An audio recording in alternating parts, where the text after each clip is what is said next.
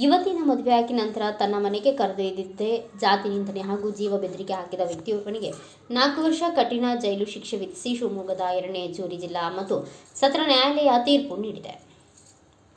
ಶಿಕಾರಿಪುರ ತಾಲೂಕಾ ಹಿತ್ತಲ ಗ್ರಾಮದ ಗೌಡರ ಬೀದಿ ನಿವಾಸಿ 43 ವರ್ಷದ ಚಿದಾನಂದ ಜೈಲು ಶಿಕ್ಷೆಗೆ ಗುರಿಯಾದ ವ್ಯಕ್ತಿ ಎಂದು ಗುರುತಿಸಲಾಗಿದೆ. ಜೈಲು ಶಿಕ್ಷೆಯ ಜೊತೆಗೆ 1.5 ಲಕ್ಷ ರೂಪಾಯಿ ದಂಡ ವಿಧಿಸಲಾಗಿದೆ. ದಂಡದ ಮೊತ್ತ ಪಾವತಿಸಲು ವಿಫಲವಾದಲ್ಲಿ ಹೆಚ್ಚುವರಿಯಾಗಿ 1 ವರ್ಷ 2 ತಿಂಗಳ ಸದಾ ಜೈಲು ಶಿಕ್ಷೆ ಅನುಭವಿಸುವಂತೆ ನ್ಯಾಯಾಲಯ ತೀರ್ಪು ನೀಡಿದೆ. ನ್ಯಾಯಾಧೀಶರಾದ ಪ್ರೀತಿ ಕೆಪಿ ಅವರು 25/11/2025 ತೀರ್ಪು ನೀಡಿದ್ದಾರೆ.